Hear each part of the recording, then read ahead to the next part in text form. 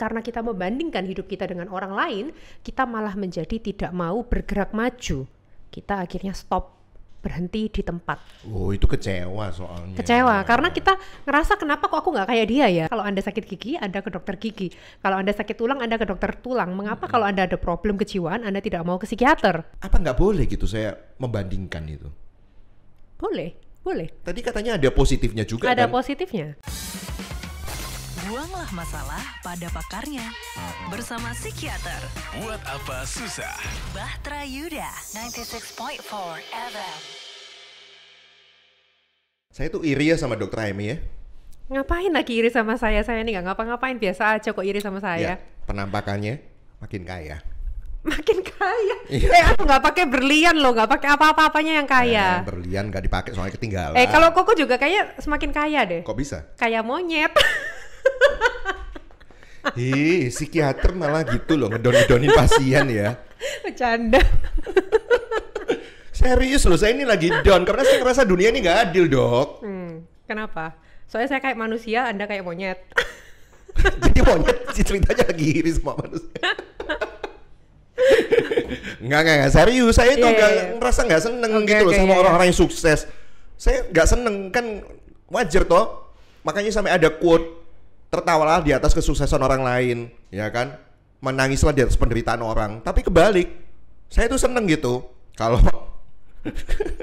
Dokter Amy bilang, aduh lagi nggak cukup nih cincin, saya bisa tertawa terbahak gitu karena saya tertawa di atas penderitaan orang lain gitu kan. Tapi kita suka menderita di atas kebahagiaan orang lain. Nah, itu yang nggak boleh. Ajak teman baik makan, jangan makan teman baik. Ya tapi memang keadaan ini teman-teman baik saya itu sukses, Dok, dan saya itu ngerasa kok saya gini-gini aja ya dengan kemampuan saya. Mereka dulu nggak lebih pandai daripada saya gitu loh. Harusnya kan harusnya hari ini saya lebih sukses gitu loh. Yes. Ini sukses menurut saya ukuran dunia sih memang. Ya, kebanyakan orang kan melihat itu ya. Kita memang akan cenderung melihat bahwa hidup kita itu selalu kita bandingkan dengan orang lain, yang mana pada kenyataannya kita nggak bisa selalu membandingkan diri kita dengan orang lain kok. Ya, kenapa kok saya bisa bilang seperti itu? Karena hidup ini adalah sebuah perjalanan, teman-teman. Bukanlah sebuah perlombaan. Hah? Perjalanan bukan perlombaan. Yes. Sebentar saya bayangin. Kalau perlombaan tuh cepet-cepetan, kalau perjalanan ya sesuka-suka saya. Kita nikmati. Boleh gitu. Ya, yes. Karena bagi sebagian orang, sukses itu artinya macam-macam ya. Bagi sebagian orang, kesuksesan itu adalah sebuah destinasi. Misalnya, aku harus mencapai penghasilanku, misalnya ya, 40 juta sebulan itu baru aku sukses. Bagi sebagian orang, sukses jadi yang dimaksud. Jadi praktek dapat 40 juta. Mau tahu aja atau mau tahu banget sih? Rahasia lah. Lah kok tadi sebut 40 juta Ini kan sebulan cuma itu. misalnya. Ini saya lagi oke nggak ya? Saya tuh langsung bayangin loh tadi 40 juta terus dengan saya 4 juta gitu. Saya lagi nggak oke ya, berarti saya lagi nggak Saya sehat. cuma bilang misalnya kan. Contoh, terus kembali lagi ke laptop ya. Jadi Oke. sukses itu adalah sebuah destinasi bagi sebagian orang. Tapi ada juga yang bilang bahwa sukses itu adalah ketika aku bisa berjalan sejauh mungkin. Jadi bukan 40 juta, pokoknya aku harus dapat duit sebanyak mungkin baru aku sukses. Jadi nggak ada limitnya, nggak ada batasnya. Bagi sebagian orang yang dinamakan sukses seperti itu. Bagi sebagian orang yang dinamakan sukses adalah ketika dia berjalan lebih dulu dibandingkan orang lain. Aku harus lebih kaya daripada dia. Misalnya Ko Gideon, tadi katanya penghasilannya misalnya 4 juta ya. Yang penting aku harus lebih kaya daripada Ko Gideon. Yang penting aku penghasilanku 6 juta aja aku udah sukses. Nah, ada bagi sebagian orang yang mengatakan bahwa arti sukses adalah ketika kita harus lebih daripada orang lain. Nah, itulah yang akan membuat kita menjadi stres di dalam kehidupan dunia ini. Karena kita akan cenderung membandingkan hidup kita dengan orang lain. Di satu sisi membandingkan itu ada bagusnya sih Ko. Iya, kadang-kadang saya juga sebel juga. Saya tahu gitu ya kalau kita membanding-bandingkan. Saya punya gitu salah satu parameter, ya paling nggak pribadi seseorang lah untuk saya bandingkan gitu ya. Ini realnya gitu. Terus ketika saya kemudian mencoba membandingkan, ketika saya share dengan teman yang lain, mereka bilang, udah bersyukur aja lah, bersyukur, Tuhan tuh baik. Kan kamu udah diberkati ini. Ya saya udah ngerti lah, kayak gitu-gitu udah ngerti lah, saya bersyukur lah gitu loh. Tapi apa nggak boleh gitu saya membandingkan itu? Boleh. Tadi katanya ada positifnya juga. Ada kan? positifnya. Kalau kita membandingkan misalnya dengan ukuran, misalnya contoh saya dan Abi gitu. Kok Abi kayak gini ya? kok gini ya. Nah itu kan maksudnya bisa juga membuat saya itu terdorong, kok dia bisa begitu, saya mesti harus bisa gitu. Yes. Jadi biasanya perlombaan kan gitu ya. Yes, karena biasanya kita akan cenderung membandingkan diri kita itu ketika kita berada di sebuah perjalanan yang sama kok. Misalnya contohnya ya kita sama-sama mau masuk tes PNS misalnya ya. Betul. Maka kita akan cenderung membandingkan diri kita dengan peserta yang lain karena tujuan destinasi kita sama. Kepingin keterima PNS. PNS. Ya, atau sebaliknya dulu ketika kita masih SMA, nilaiku harus lebih baik daripada temanku karena kita berada di satu jalur yang sama. Betul. Padahal hidup ini teman-teman tidak selalu berjalan di satu perjalanan yang sama. Kita pasti memiliki jalan hidup kita sendiri-sendiri. Mungkin saat ini kita sama, tapi toh nantinya kita juga akan bercabang sendiri-sendiri. Itu pasti. Misalnya contohnya ya, contoh kayak saya dulu. Waktu saya SMA sama teman saya, ternyata waktu kuliah saya masuk kedokteran, teman saya ada yang masuk teknik sipil, dan akhirnya ketika hidup itu sudah bercabang ke jalan kita masing-masing, kita nggak akan membandingkan hidup kita dengan teman kita, karena kita udah memiliki jalan hidup kita sendiri-sendiri. Ya kan? Tapi masih tetap membandingkan kan, misalnya dulu sama-sama dokternya sampai di kedokteran umum berhenti gitu nyabang, yang satu kedokteran jiwa, yang satu kedokteran tulang misalnya ya kan. Apa yang mau dibandingin kedokteran jiwa sama tulang. Tapi yang di jiwa ini kan timbul pembanding lagi. Bener, timbul pembanding lagi. Makanya di sanalah yang tadi kan Gideon tanya, ada positifnya nggak sih dari comparison ini? Ada. Positifnya itu adalah menjadi sebuah benchmark atau sebuah tolak ukur bagi kita supaya kita mengetahui apa sih yang bisa membuat orang itu sukses. Kenapa kok dia bisa sukses? Yeah. Tolak ukurnya apa kesuksesannya dia? Oh ternyata dia bisa, contohnya jumlah pasiennya sekian, oh target marketnya sekian, omsetnya sekian, itu yang disebut dengan sukses. Jadi kita menemukan suatu benchmark. Dan di satu sisi itu juga akan menjadi hal yang positif, yaitu menjadi suatu inspirasi. Dia bisa loh kayak gitu, harusnya aku dengan usahaku yang sama aku juga bisa kayak dia. Menjadi suatu inspirasi. Jadi itu adalah suatu comparison yang positif. Tetapi di satu sisi itu juga bisa menjadi pedang bermata dua. Yang positif juga ada efek negatifnya. Apa efek negatifnya? Kadang karena kita membandingkan hidup kita dengan orang lain, kita malah menjadi tidak mau bergerak maju. Kita akhirnya stop, berhenti di tempat. Oh itu kecewa soalnya. Kecewa, karena kita ngerasa kenapa kok aku nggak kayak dia ya? Iya. Gitu. Sudah fight tapi dia merasa tidak menemukan seperti yang dia dapat. Ya. Seperti orang lain, Bener. artinya ya kecewa, males kan. Bener, gitu kan. apalagi di tengah dunia yang tidak adil itu ini. tadi ya. Karena tidak bisa dipungkiri, misalnya contohnya si A ada koneksi, makanya dia ketika masuk di wawancara pekerjaan dia akhirnya keterima padahal nilainya jelek. Atau mungkin yang ini kenal sama gurunya nilainya dikatrol, ya kan? Atau mungkin karena yang ini agama dan rasnya ini makanya dia keterima. Kita tidak bisa munafik dan kita tidak bisa menampik bahwa kenyataannya di dunia ini seperti itu. Iya, memang dalam hal tertentu saya itu bersyukurnya ketika Dr. Aim mengatakan itu saya jadi teringat ya.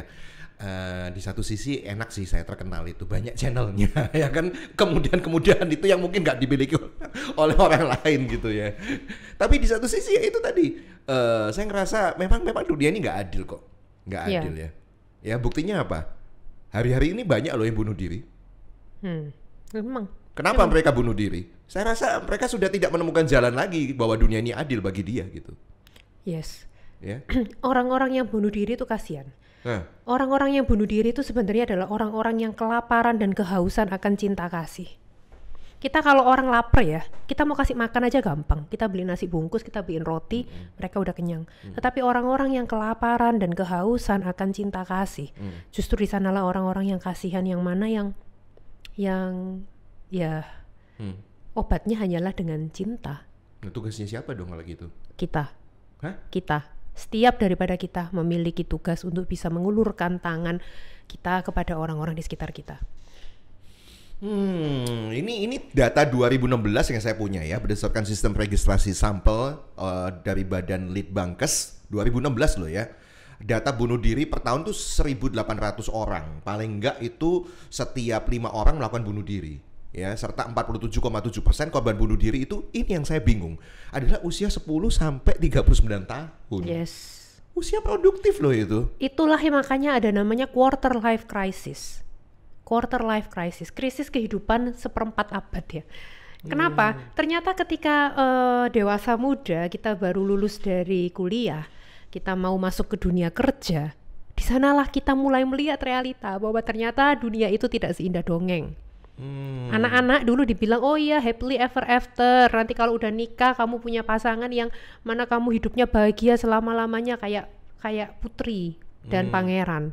Tapi ketika mereka mulai beranjak dewasa, mereka mulai melihat bahwa dunia ini tidak adil. Temanku yang kaya, papa mamanya kaya, dia bisa sekolah di luar negeri, sedangkan aku nggak punya uang, aku harus ngelesi untuk aku bisa kuliah.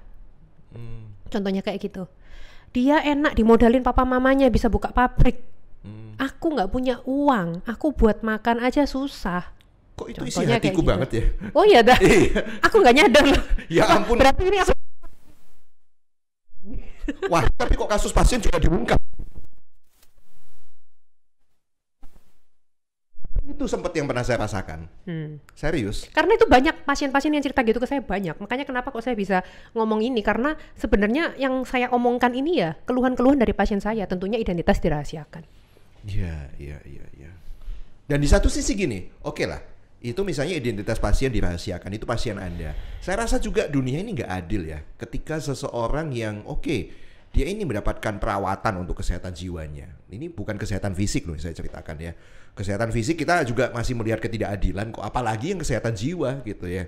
Tahu sendiri bahwa obat-obat psikotropika itu juga mahal, ya. BPJS ya menanggung, tapi ada juga yang nggak ditanggung loh. Nah ini gimana pendapat dokter untuk menanggapi hal ini? Ini kan ketidakadilan lagi kan dalam dunia pelayanan kesehatan jiwa ke masyarakat. Sebenarnya enggak lah. Katanya dunianya makin nggak adil katanya kan gitu kan. Kalau saya lihat pemerintah sudah cukup bagus. Jadi kalau buat teman-teman yang mengalami masalah kesehatan jiwa, kemudian masih ingin mencari pengobatan namun tidak ada biaya, maka teman-teman bisa menggunakan BPJS. Anda bisa ke rumah sakit pemerintah, itu ditanggung oleh pemerintah dan pengobatannya gratis. Tapi kan ada beberapa item obat yang nggak ditanggung, Dok. Tetapi prinsip-prinsipnya ditanggung. Dan menurut saya itu udah sangat bagus. Asuransi swasta aja nggak mau menanggung loh, kesehatan jiwa tuh nggak mau menanggung. Tapi pemerintah Indonesia mau menanggung. Jadi ini sudah sangat bagus, biaya terjangkau. Jadi jangan ragu untuk mementingkan kesehatan jiwa Anda. Karena kalau Anda sakit gigi, Anda ke dokter gigi. Kalau Anda sakit tulang, Anda ke dokter tulang. Mengapa kalau Anda ada problem kejiwaan, Anda tidak mau ke psikiater? Silakan Anda ke psikiater, carilah bantuan supaya hidup Anda jadi lebih baik. Ini satu good news kalau Dokter Amy ngomong kayak gitu, saya bisa lebih tenang lah. Paling nggak prinsip-prinsipnya untuk menjaga supaya dia sehat tuh ada ya, tetap ya di cover ya itu ya. Nah jadi kembali lagi ya, kita ngomongin tentang yang ketidakadilan. Ya, ketidakadilan itu tadi. Jadi memang dunia ini tidak adil teman-teman ya. Jadi jangan berharap dunia ini baru akan bahagia, Anda baru akan bahagia kalau dunia ini adil. Itu jelas nggak mungkin. Karena versi keadilan itu setiap orang beda-beda sih menurut saya. Yes. Makanya itu ada sebuah distorsi kognitif namanya fallacy of fairness. Distorsi kognitif itu artinya pola pikir yang tidak sesuai, yang tidak tepat, yang membuat seseorang menjadi jatuh ke cemas dan depresi. Ada banyak. Nanti teman-teman bisa baca browsing di internet. Distorsi kognitif atau cognitive distortion. Nah, salah satu dari distorsi kognitif itu adalah fallacy of fairness. Ketika kita berpikir bahwa dunia ini harus adil, baru aku bisa bahagia. Iya. Hello, wake up, nggak mungkin. Kalau Anda berharap dunia ini adil ya, kita tunggu sampai kita mati masuk surga baru dunia akan adil. Di surga baru akan adil. Tetapi selama kita mungkin juga ngerasa nggak adil ya. Kenapa kok papa mamaku nggak bersama dengan aku di sini gitu ya? Nah, misalnya, ya kan? Nggak tahu lah. Itu nggak bisa diomongin kalau tentang surga dan neraka. Jadi dokter mau mengatakan bahwa ya sudah gitu, nggak usah diperjuangkan keadilan ini. Bukan tidak usah diperjuangkan, aja gitu, tetapi Anda tidak bisa mengubah dunia ini menjadi adil. Ya, yang bisa Anda ubah adalah respon Anda sendiri. Ketika seseorang masih kecil ya, kita berpikir aku mau mengubah dunia. Ya, ketika anak itu beranjak menjadi dewasa, dia berpikir aku akan mengubah negaraku. Ketika anak remaja itu sudah berusia 30-an, dia berpikir aku akan mengubah kotaku. Ketika dia berusia 40-an, aku akan mengubah keluargaku. Tetapi ketika dia berusia 50-an, dia baru menyadari bahwa aku tidak bisa mengubah orang lain, aku hanya bisa mengubah diriku. Begitupun juga teman-teman, kalau Anda berharap dunia ini berubah menjadi adil baru Anda bisa bahagia, nanti Anda capek sendiri, nanti Anda stres sendiri. Ubahlah diri Anda dulu. Ubahlah respon Anda dulu supaya Anda bisa bahagia dulu. Ubahlah respon diri kita terlebih dahulu. Tapi saya mau mencermati juga ya. Ini satu pertanyaan kritis saya. Ubahlah keadaan diri saya. Oke, saya akan ngubah, tapi repotnya kalau berbenturan dengan apa ya, stigma atau budaya atau pandangan value masyarakat. Misalnya contoh ini ya. Apa namanya, menjadi janda misalnya. Oke aja lah. Saya masih muda, saya masih bisa berprestasi, tapi pandangan masyarakat tertentu kan kayaknya janda itu kan nggak enak gitu. Sehingga apa ya, mau melangkah untuk bekerja ke sini, nanti dipandang begini ya kan, masih dipandang gimana gitu. Yes. Nah ini kan nggak adil lagi dong. Bener. Apa yang salah gitu? Saya juga tidak mau menjadi janda misalnya, saya nggak mau menjadi duda ya kan. Tapi kok jadi diomongin kayak gitu kan nggak enak gitu kan. Kita nggak akan pernah bisa menyenangkan semua orang. Orang yang benci kita, mau kita jelasin apapun, mau kita sukses apapun, mau kita jadi istri yang baik sekalipun, wanita terhormat, bekerja sekalipun, orang yang nggak suka juga akan tetap ngerasani. Sebaliknya orang yang mencintai kita, tanpa perlu kita jelaskan apapun, dia tetap akan mendukung dan mencintai kita. Masalahnya kan ini bukan cuma ngerasani dok, tapi itu berdampak dengan apa ya, pengembangan karir misalnya. Kalau Anda terus mikirin omongan orang, nggak akan selesai. So? Pikirkan apa yang terbaik untuk Anda dan jalani. Ya, kalau Anda harus menjadi janda, jadilah janda terhormat. Jangan menjadi janda yang menjadi pelakor. Meskipun pandangan masyarakat tuh nggak terhormat misalnya janda itu negatif, stigma. Benar, gitu negatif. Ya. Tapi saya melihat ini loh budaya yang mempengaruhi. Itulah yang saya lihat, diskriminasi, unequal worth.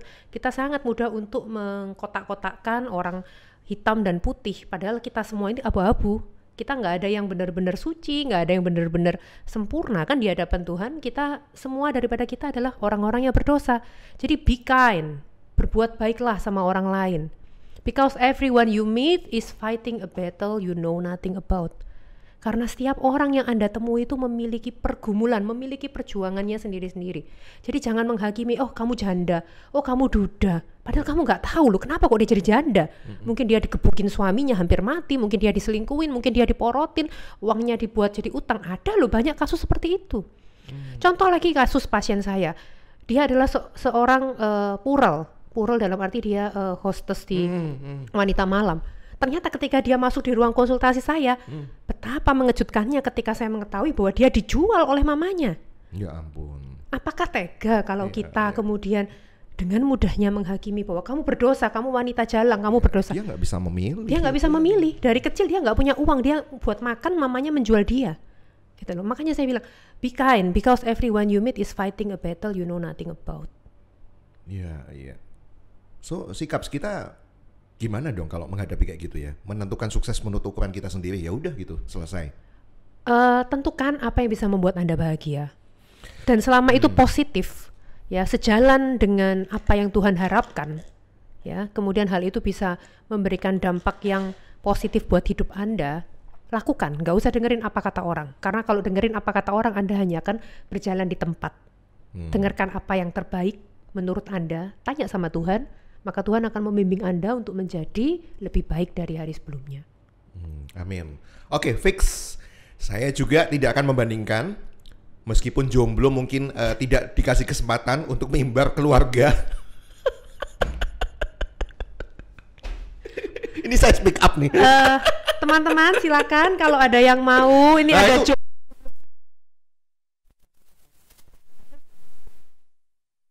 itu kayak kaum yang paling ngenes gitu yang harus berjuang.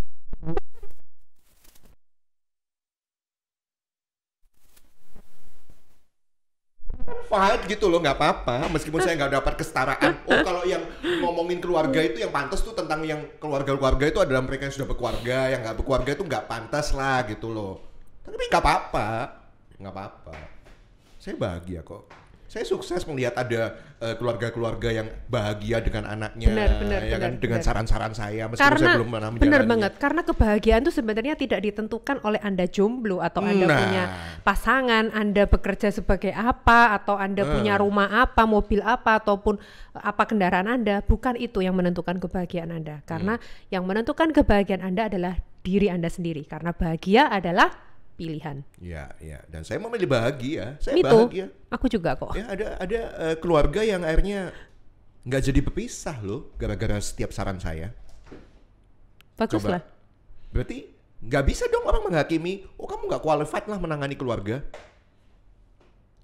Ini coba kalau waktu itu saya nggak turun tangan nih, udah pisah nih anak-anaknya nggak ngerti, nggak punya daddy, nggak punya mami, iya kan? Tapi terus true, serius itu terjadi. Jadi artinya kan saya bisa dipakai dong meskipun saya jomblo, belum berkeluarga, tapi ngomong tentang keluarga dan bahkan memberikan nasihat pada keluarga, konseling kayak begitu. Benar, ya setiap kan? daripada kita itu pasti memiliki peran kita di dalam dunia ini ya. Jadi mekarlah dimanapun Anda ditanam sama Tuhan. Nah, itu loh, mekarlah dimanapun Anda tanam. Orang lain mau ngomong apa ya biarin lah gitu ya. Yang penting kan punya bukti, ya kan? Dan saya bahagia. Jadi nggak perlu dijual-jual lah. Malu dokternya. Nggak dijual kok, cuma ditawarin. Dengan harga sale. Diskon 80%. Diskon akhir tahun. Itu gak enak loh, kesannya kayak gak laku. Padahal kamu yang bilang loh sale. Enggak, kita semua dalam konteks bercanda. Tapi tadi ada serius, ada beberapa hal yang itu mewakili perasaan hati kita kok ya. Jadi pengertian sukses menurut Anda apa sebagai dokter? Menurut saya, yang terakhir nih, ketika hidup kita bisa bermanfaat ya, kalau menurut saya ya, itulah yang sukses yang sebenarnya.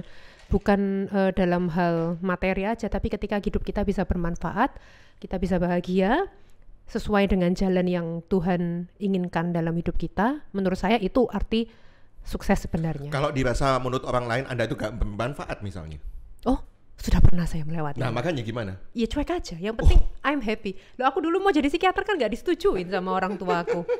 Gak apa-apa, yang penting saya mencintai pekerjaan ini, saya suka, dan saya bisa membantu orang lain dan orang lain bisa merasakan hasilnya. Ya udah kita jalan, gak peduli apa kata orang. Iya. Dan bisa hidup lagi ya, pasiennya banyak ya. Silakan hubungi Dr. Aimee di 0851 berapa dok? 0553 8888 ya, 0851 0553 8888. Komisi saya 10% saja ya.